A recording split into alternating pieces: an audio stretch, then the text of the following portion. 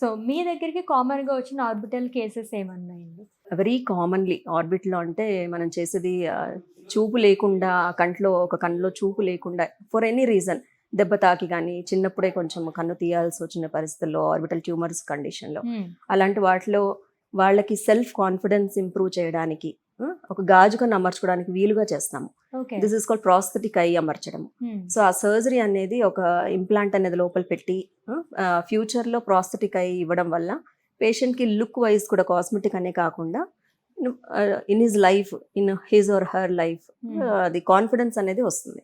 So okay. This is the very commonly done surgery in orbits. ఈ surgeries అన్నీ కూడా affordable ప్రైజెసేనా? సామాన్యులు కొంచెం చేయించుకునే విధంగా ఉంటాయా?